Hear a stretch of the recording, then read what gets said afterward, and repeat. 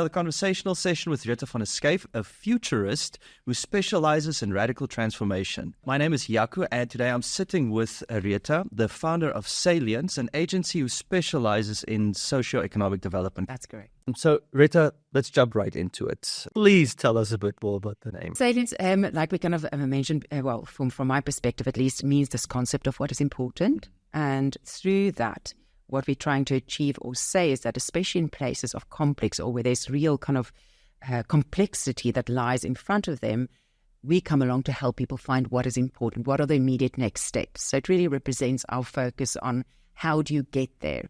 We kind of trust that there's some sense of what you want to achieve and why you want to achieve it. But I find that most of my clients struggle of where do I start? Yeah. How do I even begin to solve that? How do I tackle this beast? And hopefully we come along to kind of shed some light of what options exist and which ones are more preferred and why. And in why, not just for one party, but ideally, because of course that's not always possible, but ideally in the right interest of the public sector in the long term. So where's the nation going? Where's the town going? Where's the city going? But also for the perhaps companies that have a private interest there. So are we doing also right by them for the right reasons, but then ultimately mainly for the community? What's right for that community going forward? And can one find a blend? Or at least in moments find where we find the right compromises that can secure that long term. The official adoption of the name or owning it, when did that actually come into fruition? That's as early as 2016, actually, come to think of it. And I have a previous colleague of mine who I have tremendous respect to. And in a way, at least in Southern Africa, I see him as the grandfather of placemaking. His name is Mike Friedman, and he has a company that's called Freed Thinkers. And he comes actually from a very creative background, and he's Freed Thinkers, exactly. So yes, I thought that's why I had to kind of do that kind of blip for Mike, an incredibly creative mind that does a lot of vision creation with places around what could be. Where my skill set is that, but also very much how do you get there. His real emphasis is this vision creation, and when we worked together, we came up with this name. But yes, I want to thank him for that's awesome. That out. Yeah, give credit where credit is absolutely. due. Now I believe very strongly in that. Very strongly. No, that's awesome. So as we can see on this, there are different elements. There's a big Russian doll on there. So can you actually explain a bit more? Yes, I think how that came about is when one works with projects of complexity, it is very helpful to have some kind of metaphor, some kind of symbol that can help communicate with greater simplicity what it is that you're trying to achieve or what it is that you offer. And the Russian doll for me was such an attractive symbol in the case of town transformations particular, but I don't apply it just to that. It applies to absolutely everything that Salience does around transformations. And what it really represents, if we for a moment apply it to the concept of perhaps a city or a town transformation, is on the one hand to represent perhaps on the highest level the collective, so the place, the sense of place, and or perhaps the public sector. And then on the second level, it represents the slightly smaller doll, this notion of the institutions or the organizations that forms part of that place, because a place, of course, comprises of constituent parts, and that is organizations or institutions. And not only can we expect that higher authority or the government or the public sector needs to change, we also need to look at what role does the private sector or institutions, in fact, so your churches, your hospitals, your schools play in a process of transformation. But then the part that I think is quite often overlooked, especially from the civil society and therefore the community perspective, is what roles do the individuals play and groups of individuals. So because for a place to change, we need to change our behavior, we need to change our expectations, we need to change our identity. And it's actually to represent the continuum of change. It's not that just the big brother needs to bring about the change for us. It is we all need to work together to bring our part. It might be on this level the higher decisions sit, yes. So the high levels of accountability that they can control, but there's also elements that's controllable by each of this continuum. So it's the whole continuum that needs to move to bring about that transformed state, which is what the Russian dolls really represent for us. I think it's a beautiful metaphor. And I like that you've built it entirely into your name, your brand, your identity, that the A actually is the Russian doll. Was that the plan from the start, to actually use that to explain and express? Yes and no. And the no part of it, why it wasn't to the start, is in my prior life in investment banking, I was very early on invited to solve or help solve very complex projects in that space. So the year 2000, how to incorporate that, the transition to the euro. Our bank at the time acquired Lehman Brothers out of acquisition, and how to help manage that massive merger, if you like. So there's lots of these complexities, many others. But in those cases, what I found and was quite often puzzled by is that I, or the group of people that had to come up with solutions, could very easily identify the technical solution. And I still have no doubt that many of those solutions that we came up with the right technical solutions. But often we failed at implementation. And I wanted to understand, and really did a lot of personal inquiry and professional inquiry as to why, and ultimately concluded because there was a very important missing ingredient, that we didn't at the time have the fortitude or foresight to always understand that the human behavior, the cultural dynamics in the company, the incentives of the company didn't allow for that technical change to happen. So that if you don't focus on both parts, you don't get the transformation. So you have to focus on the technical parts, but then very important on the underlying social sides. And it's through that awareness that the Russian doll then came to mind once that aha moment arrived. But there was a lot of struggle in missing something. And then when that clarity arrived, the Russian doll was a natural aha moment to say that that represents what we're really talking about in terms of what all needs to transform in order to get that different technical end state. I think you call it a goosebump moment. It was a goosebump moment for me, for sure. To kind of say, that was that aha moment, yes, of I love kind those of connecting moments. the dots. When did you discover your passion for town transformation? That was less of an aha moment. That was truly more organic. Okay. And I think the first moment that I kind of really understood that that's perhaps where I have a potential interest is post my role in the Lehman acquisition. I was living in New York. I was brought over to become the head of strategy for the investment bank I was working with for at the time, to be the head of strategy for the continent of Africa. And at that stage, we had about 15 countries in which we were operating. And through that process, need to kind of find some kind of consistency in a product offering across these 15 countries. But of course, each of these 15 countries did have different cultures and different reasons and different needs and different economic state. And beginning to understand that differences started to awaken this interest to say, well, how do you actually begin to work with these differences and create futures and economic futures that are sustainable? And that's kind of where I think my real awakening happened. And then it led to me beginning to work in projects that focused on economic and socioeconomic development. I like that notion as well, because I think there sometimes is still kind of, I think we mentioned it the other day, demystifying something like you need to take care of the entire Africa, or a lot of states within Africa. Correct. And I think outside perspective, really sometimes it's Africa. And it's all just one thing. It's all just one 52 or 54 countries, and quite distinct. I think a lot of people need to be more aware of that. It's like, it's not one paintbrush. It's not a one lot of identities on this side. I know of this concept of smart cities. Can you elaborate a bit more on that? The way that I refer to city transformations or town transformations or regional transformations is actually the term that I use for the entire strategy for that ecosystem, whether it is a town, whether it is a city, or whether it is a region. The smart component is one of the elements of how you do it, or one of the distinguishing factors that you might want to dedicate that strategy towards. So is it your goal to create an environment in which smart is a component? So that smart component really refers to the elements where in that particular strategy you have or want to carve out where there's a higher level of digitalization in that environment, a higher use of technology, or more importantly, a high use of data. And that smart component then is actually ultimately used to get to points of data so that you can lead to better decision-making about that place. So how do you use data, for example, to allocate where and what moments in time is a higher density of transport, for example, or how should your healthcare system flows because you know people use it more frequently in these spaces because you've got the data that substantiates it. Or perhaps you have an allowance that your electricities work on remote access and you can set certain settings. So there's a lot of digitization in that area. So the town or the city transformation is the overarching strategy. Smart component is a choice that you make that you want that place to include these elements.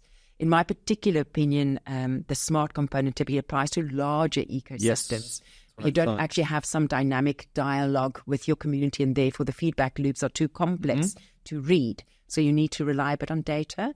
But I think as the world moves towards data, it might be kind of part of any future town or city. But I think that lies a little bit further ahead in the future still. I think that's the kind of, the marry, but also the distinctions between those two. And this is probably almost more applicable to more developed states and towns and places. Yes, it certainly is. I think today, but I think the absence of data in underdeveloped countries is a problem.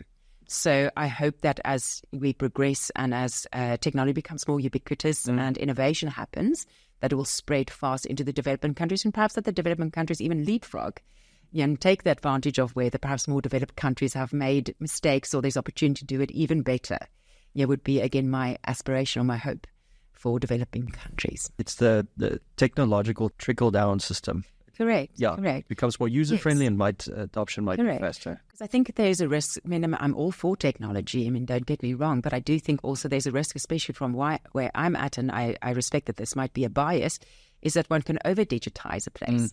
And there's almost, on the one hand, too much data and becomes hard to discern, or perhaps the people that own the data can misuse the data. I'm not saying this from a bad place, but, and I think all importantly, if you just leave it down to data, you perhaps lose a little bit of a visceral experience of truly to kind of have this kind of almost unquantifiable human assessment of what's going on, or the human stories that lead to why the data is telling that story. So I think one should just never lose this ability for a human to actually kind of also look at patterns and or storytelling alongside the data.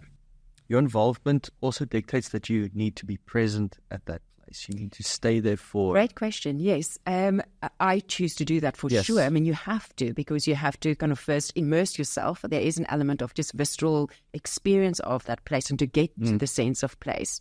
But I think also to create relationships in the place and to begin to have a conversation, not just with the champions of industry or perhaps the leaders of the municipality, but actually... with the teller in a retail shop, the gardener that's just beside, the guys that put in your petrol, informally and formally, to get a just very textured appreciation of that place. Because otherwise, I think, like we touched on earlier, there's a high risk that you begin to impose your opinion as opposed to really immersing yourself and really understanding what is and what might be through their eyes and through the sense of place. So yes, I think being there often, especially in the beginning, is critical.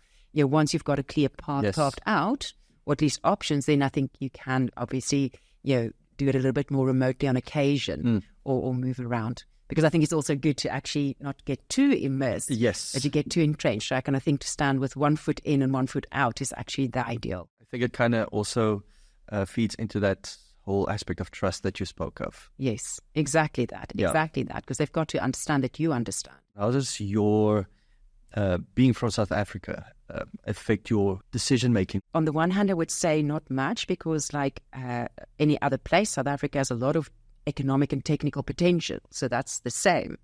But I think what being South Africa developed or allowed an awareness to develop is this notion of just how critical it is for the social conditioning, the social harmony and the social norms and the social history that will then play into how easy it is for a place to transform. If I can perhaps for a moment just look very critically at South Africa, there are many views what we can have about it, but just for the particular purpose to illustrate what we're talking about here is, there's no doubt that South Africa has a lot of economic potential, but this economic potential at the moment is being diluted because of the lack of social cohesion that can actually form a new shared identity that everybody actually buys into and then kind of actually forms a sense of place that can then actually excel. So if that component is not addressed, it leads to challenges in the process of transformation. And I think South African, being South African and witnessing that, for a lot of complex reasons, there's no judgment in that. That's just one into that complex story. But I think that's what being South Africa has brought an awakening around that all-important social and socioeconomic part. You had the first-hand perspective to see how not, like you mentioned, buying into a new cohesive identity can stall progress. Yeah, and I very much like that word that you use there, cohesion, because we're not saying that it has to be homogenous. Because of course, it's a very diverse socio and demographic spectrum. But how do you, within that, find that everybody has a sense of identity? Which I think, if, like let's say why rugby, I think is so uniquely, unexpectedly, becomes something of a social principle which the country is uniting, no matter which background they have. There's something about the sport, the fun and the ease that has now created a uniting identity. We just need to find a lot more of those that can then give people that, albeit that they come from different backgrounds, different conditioning, different norms, can actually unite behind a country identity again that makes sense for all. How involved are you with South Africa in that? I'm not at all, and I would love to. I kind of think it goes through this sense of place. You kind of think with the skill, maybe my walkabouts across the world will eventually lead me there, because one so much want to. What I learned the hard way is just because you're a futurist and you see the potential doesn't mean that the place is ready.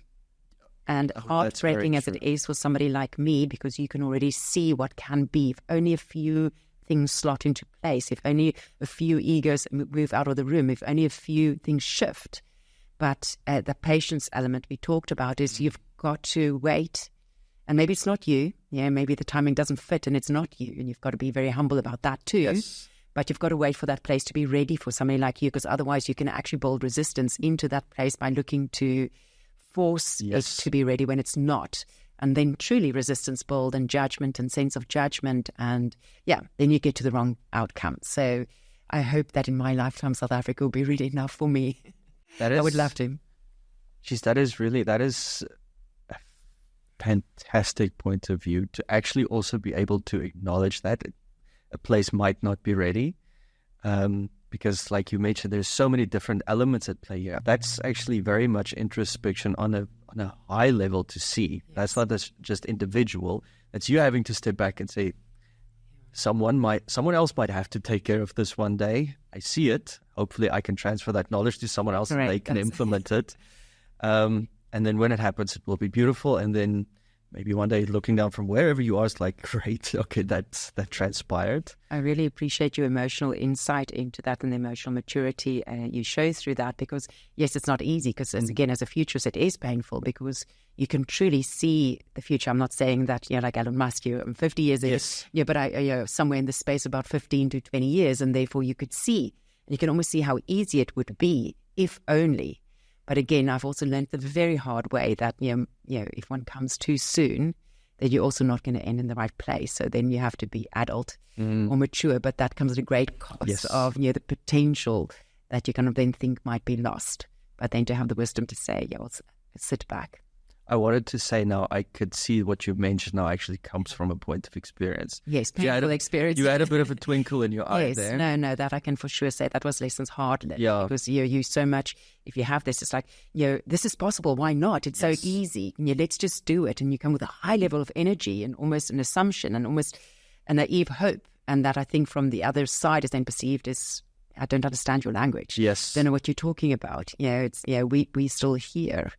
And then you have to wait. That exact thing you mentioned earlier, something that worked here, trying to implement it here when it's... Absolutely, you can't. You absolutely can't. But it's, I like what you took from that. It's not, it does happen, I think, where a lot of people, not necessarily in this field, any field, come in with high expectations, hope, and it's a driving force, and it happens, and it falls flat, that they eventually move on to something else or give up completely. So it's exactly that. It's very interesting to see that you flipped that around and rather used it to implement. One tries. Yeah. Because I think the other element that also is one can become, like you say, almost a little bit jaded then. Yes, that's the word. Like you said, the point, give it up.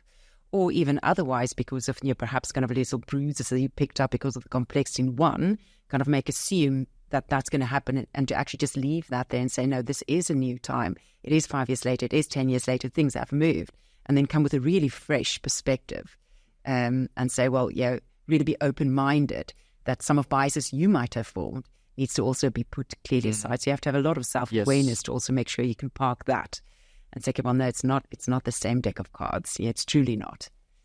So don't assume. You've been spending a lot of time in Namibia recently. What drew you here? Namibia was definitely always on my radar. Of course, it was South African protectorate, so you knew of it. You know of its fight for independence. So that was obviously kind of something that was very familiar to us. And of course, you're very much aware of the beautiful landscapes of this country. But it was actually a town transformation project that literally physically drew me here for the first time. Mike Friedman, the gentleman I referred to earlier, was hired by Namibia, a diamond mine in Oranjemund, to help facilitate a vision shaping for a new future of the town with the prospect of the mine potentially collapsing or closing. And Mike Friedman heard of my capability to bring about real change following a clear vision like that. So he invited me to come and join him on this, what became the wonderful journey of Oranjemund. So that's how I was introduced to Namibia. Was that your first time coming to Namibia? Yes. At the ripe age of would that have been maybe 41. Did you enjoy it on a leisure level a bit as well? No, it was purely for work. But of course, like I said earlier, when you do the scanning, you've got to do a little bit of the kind of what is this country about. You can't kind of then just look at this town in isolation. How does it fit into the regional context? How does it fit into the national context? So I went earlier onto a few places like Swakop, like Walvis, like Windhoek, Rospina, just to get a bit of a feel of, how will this fit? You can't kind of, change the fashion completely in one town and be out of sync with the rest. Where's Oranjemund? How did you get involved? In the first place, you mentioned that you were approached by, what is the... Free thinkers. Yeah, free thinkers.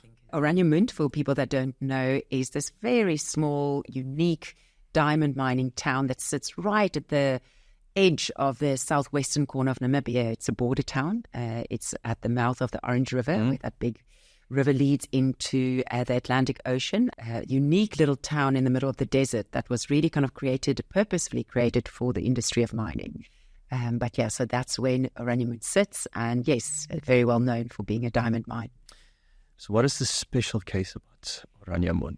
There's a lot. So as I just a little bit earlier said, it was a purposeful town. So I think that's one thing that one really kind of needs to kind of see. This was a town that was created by a private company solely for the purpose of enabling that industry.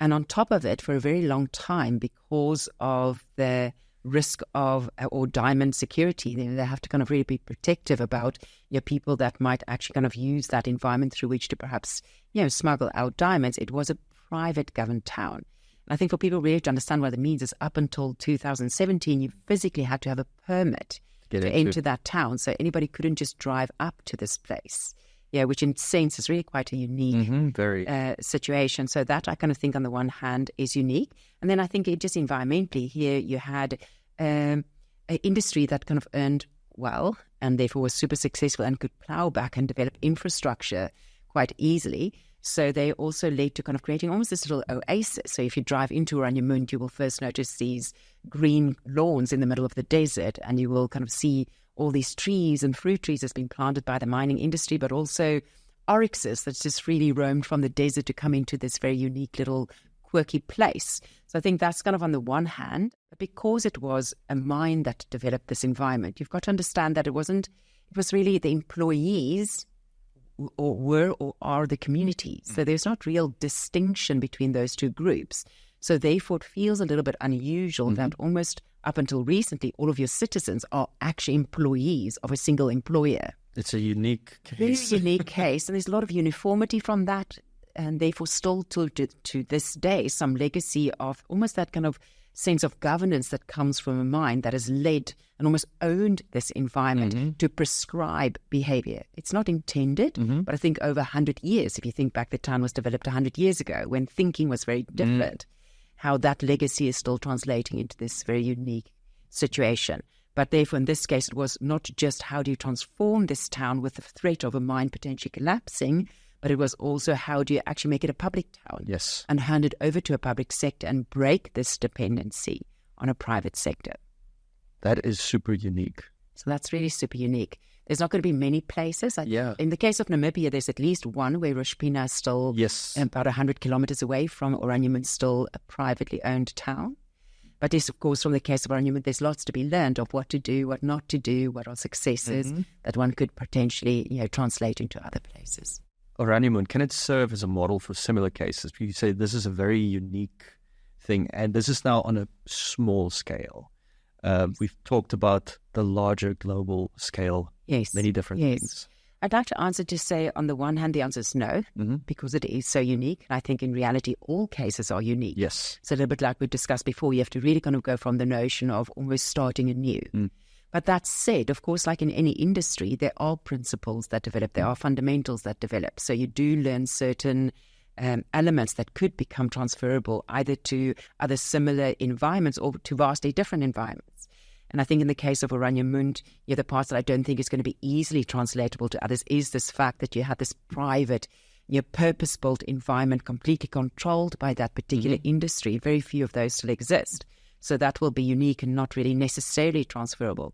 But that said, if we now use that example of Rashpina or even other towns, the kind of notion of, perhaps, one example would be is, in the case of Oranjemund, in order to make it a public town, they had to go through a process of what you call proclamation, which means the public sector proclaims it now as a publicly governed environment.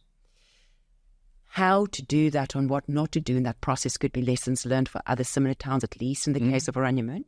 But then if we look more broadly, also beyond that, if the problem is economic diversification, there are certain things that one should consider, and those can become blueprints or perhaps accountability frameworks of who does what are the roles, how to engage with the community effectively, those lessons learned, what governance structures to be put in place that organic management can happen as soon as possible.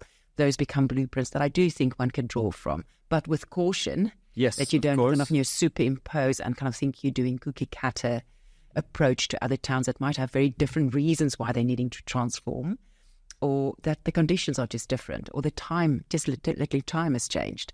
It's a different time. Was it an interesting experience? Very interesting experience. Yes, it's of course a complicated experience. Yes. Because you have to do a lot of reconciliation and a lot of skills development, where there's perhaps not yet a readiness for that. To your earlier point of readiness, I think Oranjemund was definitely a case where, in hindsight, we can say it was necessary at the time, and a lot of good came from it. But I think there was also a lot of signs that the entire environment wasn't quite ready for that, and we can still see some earmarks of that being the case. And it must have been interesting, like you said, like the citizens of Oranjemund are essentially also just the employees of the mine. Was there difficulties conveying the correct message, what it is that you're trying to do? Very much so, because again, you've got to kind of just, again, truly, if one tries to put yourself in the shoes to kind of really understand that context. 100 years ago, an environment was created, and it was created to try and draw people that would not otherwise have come to this environment. So it's people that's perhaps drawn from places like Cape Town or Windhoek, where there's a lot of social comfort, a lot of ease, a lot of infrastructure. Now they have to kind of be invited to come and live in a desert where there's not a lot around to do. So the mine had to do a lot to almost create an artificial environment where social experiences are created, recreation is created, living conditions are created, schools are created, healthcare is created. I mean, it's phenomenal on the one hand what they've done. So it is truly phenomenal. But unintentionally, and I really believe this was unintentional, a critical dependency was created. So almost the agency that you would normally expect within a community didn't exist. Because literally, if a light bulb in your house blew, you would just pick up and phone mine operators to come and change your light bulb. So there's very abnormal citizenry behavior because somebody took care and didn't actually have to take any responsibility to upkeep your home, take responsibility for the neighborhood, because this was this big brother that took care of everything for you. So you had to kind of reawaken the citizens to actually what does it look like to be in what I call a normalized environment, just from the sense that it's no longer a private environment, and you have to take an active role as a citizen in your community. Yes. From the notions of actually home ownership to taking care and play an active part, but also to actually take responsibility into some of that, to say, well, you can't just expect, now a new public sector or perhaps still the mine to solve, perhaps, dogs fighting in the street and your neighbor's dog escaped, and now you phone them to solve the problem as opposed to picking up the phone to your neighbor and say, would you mind just, building your fence a little bit higher, or perhaps just paint your own fence so that it presents a good picture into the town. So it was a kind of big awakening for the citizens to kind of say, well, they're no longer closed. They have to change their own behavior, but they also might receive new citizens that will move into the town and perhaps change the sense of identity of something that was quite insular up until that point. So a big shift. It's in massive. the mindset and the experience for them. And I think something that people don't yet understand, Yes. how big that move was and still is. Was there, I wouldn't use the term resistance, this kind of dependency on the mine, kind of almost like a big brother situation, if you could put it Yes, that way. yes. But at the same time, there's this sense of ownership over the town. Was there difficulty opening the minds of the people that Yes. that it's going to become It's a public? phenomenal question. And I think, I would have perhaps in the beginning had the pre-assumption that the mindset opening had to predominantly happen in the mind of the citizens. Yes. How it actually transpired was the biggest mind shift actually had to happen in the mine and or the public sector. And the public sector being new in terms of how to actually govern that environment and to actually take ownership. But the biggest mind shift that is still needing to happen, I would perhaps say that the mind shifted, but the identity of the mine to be the ultimate decision maker, direct or indirectly, was the biggest shift. So for the mind to let go of 100 years of legacy was the biggest transformation on a social behavioral level. The community was quite ready, other than their potential concern of perhaps huge influx of job seekers that might now come to this potential, that threat of security. How will it change our sense of safety? That part, I think, was a challenge. And of course, to upskill a new public sector and to awaken themselves to their role, sure. But I think in hindsight, and surprisingly, it was to actually, for the mine, to actually shed its identity as the paternal owner of that environment that was deeply entrenched over 100 years, to peel that back and say we actually allow other decision makers to help shape now this future of this place over which we have such a strong sense of ownership. Was it also, people come and go, of course, but was it also generational with the workers, the people at the mine? I think less so, actually, to my surprise. And again, and why that might be skewed. And you're asking a very insightful question. There's, because this was a private environment, most older people or retirees had to leave the town as soon as their job finished at the mine. Because that's not, Correct. So there you have up until that point, had an abnormally young population. And therefore, the population could adapt a little very bit interesting. more. But of course, a lot of the workers had either returned to Cape Town, Windhoek, or to their homesteads in the north. And if you didn't quite have that challenge of more traditional thinkers being part of your stakeholder group or part of your community. This is really interesting. But now, of course, that is shifting. And of course, now people can, of course, be on their employment, retire there, or in fact, retirees hopefully will move there, because there is still this sense of abundance in the middle of a desert. There is a sense of serenity. There is a sense of quiet stillness that I think a lot of people can be drawn to. Do you write books? I'm beginning to write articles, but a lot of people said that, yes, I should. This would be absolutely fascinating to read, because I can imagine, because it's sometimes so difficult to put everything out on video or audio. There's so much more I could share, would want to share, but yes, I mean, it's an incredible story. I think I would definitely read it. So the case of Oranjemund, where does one start? How does one start? It's a challenging question because, I mean, to one extent, I would say on the one hand, you start, of course, with what we kind of spoke of before, this notion of scanning and beginning to understand what is the environment, what is its background, what is its context, and not just its immediate context, it's very broad context, geographically, economically.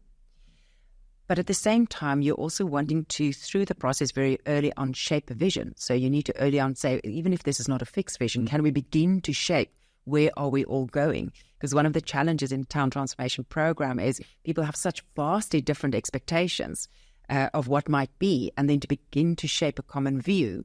And quite often there, you don't want to dampen people's enthusiasm at all. But you want to bring them to some sobriety in terms of, let's focus on first things first. And that's perhaps the less sexy, the less ambitious components, but it's fundamental pillars for the rest to be unlocked. And you need to get to that first before you perhaps naively focus on the elements that might actually prove to be overinvestment too soon.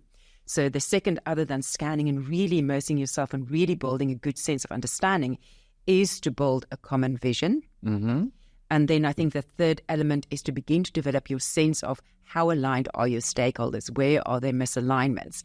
because there you need to kind of establish trust and rapport and to understand where they're at, so that when you get to points of decision making, you know where your alignments are going to be and where not, and therefore how to work to find the compromises so that forward momentum happens. So I think those are the top three. So get to know the place truly, get to know its current state, and then begin to form early views of what might be, begin to shape a vision with the community and the stakeholders based on some of that information, but then also very importantly, begin to understand what are the biases, what are the power positions, what are the decision-making barriers that you might have to kind of be aware of, so that you can build alignment to get to mobility of implementation. So that's the three places where I normally start. How is this different to town planning? Very important distinction to draw. And again, I also understand that the disciplines of town planning and urban planning is moving and expanding. But I will give my current view of what that really is. And I'm going to explain it from the notion, if I perhaps can explain that, at least the way that Salience defines it is that town transformations or city transformations has three big buckets that needs focus. I mean, it's oversimplification, but the first big bucket is what I call technical infrastructure. So this is what we're going to referring to as land. How is land used? Spatial planning. What's the boundaries of the town? The roads, the infrastructure, the housing. So water supply, energy supply into that town with articulation or reticulation within that environment.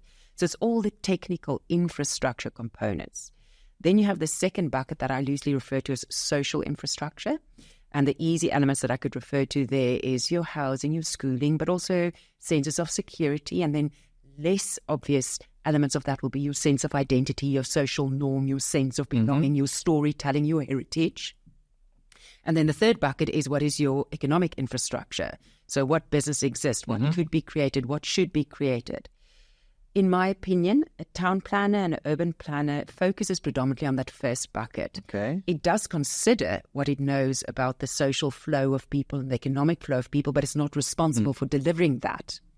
The town transformation element focuses on delivery of all three of those buckets. So it goes beyond city planning, urban planning, albeit that those do consider some of those broader elements. But the town transformation specialist very much focuses on the social infrastructure and the economic infrastructure, and then partners perhaps with the town planners that does the more technical parts. But that part enables a lot of the rest. So it's all encompassing. It's all encompassing. It's slightly broader.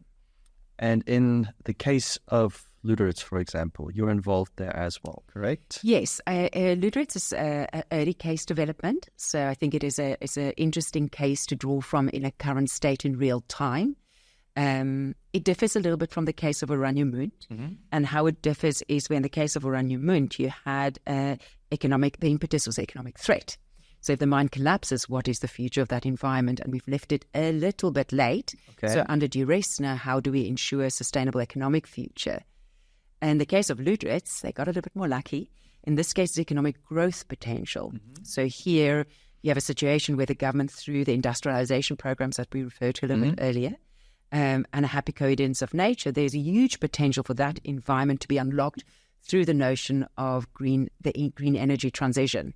There's all sorts of other economic factors that's also come alive around that place, coincident at the same time, but there we're focusing on economic growth, and therefore it sets it apart quite differently. It's in very early stages, so the industrial programs have just been pronounced, and the first development project for green hydrogen, at least, the company called Hyphen, has been appointed, and we understand that if their feasibility proves viable, which we like to hope for the interest of Namibia that it will transpire to be the case, it will lead to a huge influx of employees that then, of course, need an environment that will host them.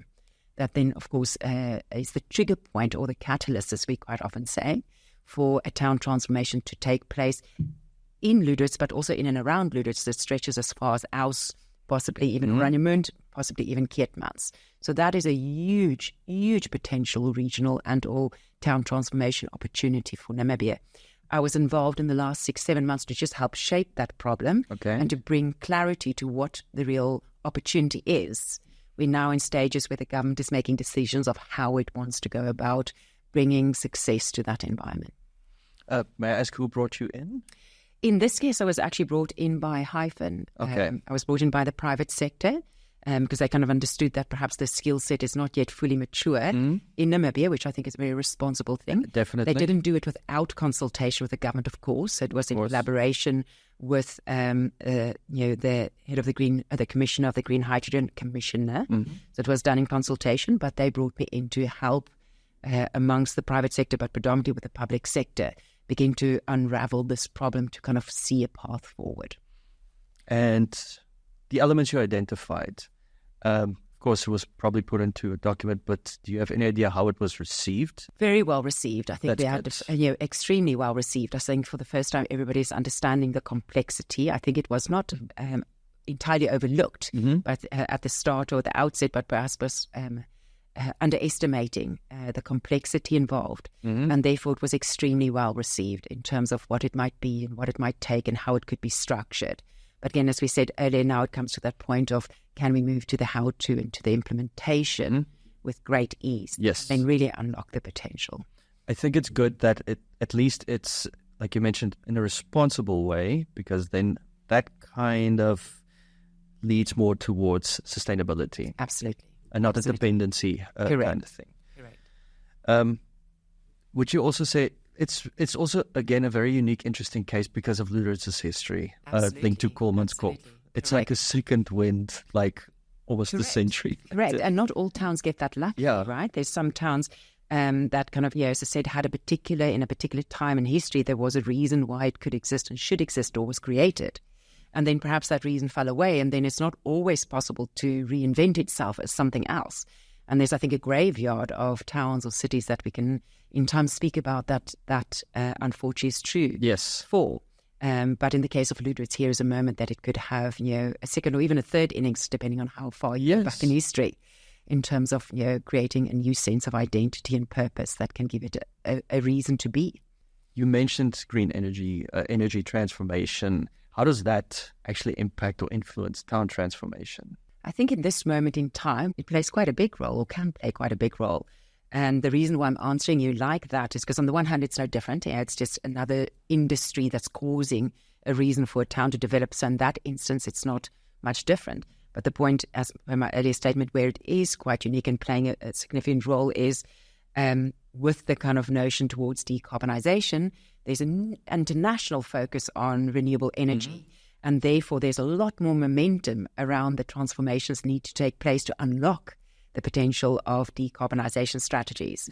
So in that case, it plays a huge role in terms of not just the urgency and or the pace, but on to the international focus that's placed on it. And international focus, I mean, the funding it might attract, because a lot of countries might be interested in the product, and therefore making sure that the the companies that focus on it succeed, and therefore in the environments that succeed. And therefore, financial capital is being availed as well as technical resources. So I think in that sense, it's playing a big role. And I think the other way that I would also answer that question is green hydrogen brings about a focus on new infrastructure that is necessary to actually unlock it. So for a moment, focus and apply to the case of Lüderitz, the industry alongside the government will build a new port. That port will then unlock huge potential for other industries that would not otherwise have had the means, but will actually now thrive as a consequence of that, what is called common use infrastructure being embedded. And therefore also other elements of energy, for example, could be availed at a lower cost to the town. And therefore the way that the towns rely on sources of energy around it might also shift. So I think there are unique components that will actually kind of say, at this point in time, it actually provides more of an impetus or accelerant than what perhaps other reasons for town development might be. I think I saw a graph of the port and how it actually now links highways to the rest of Southern Africa. Correct. It's a Absolutely. It's a huge potential. Huge opportunity. And of course, I know that the existence of Walvisbaai is there, and you've got a very high functioning harbour that's already well utilised, and I'm sure will expand. But there's good reason for secondary harbour to develop on the west coast of Africa for sure. And Lüderitz could be that. That is absolutely fantastic. So that brings me to the last question now.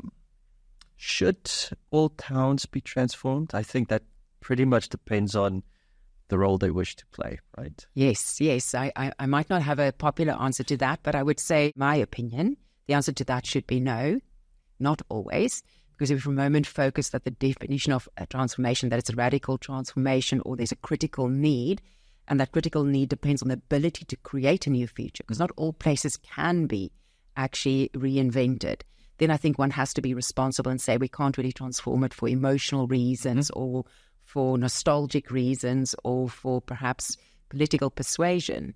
One should only transform a place where there is a real economic viability of that place or commercial viability that can actually spill over into socioeconomic and social sustainability. So the places that can't offer that, one has to be brave enough and say, this can either organically decline or we can be purposeful and actually close down the town. And therefore it does not have a future independently that can actually give this place a reason to exist without artificial invention or intervention, at least up until a particular point. Rita, thank you so much. I think this has been, for me, this has been extremely insightful. I had no idea. Let's just put it that way. I had no idea. I think it's absolutely fascinating, and it's obviously a very important role that you're playing currently and going forward. And I look forward to the rest of the things we will talk about in the future episodes. Thank you. Thank you very much, Jaco. Thank you for your time.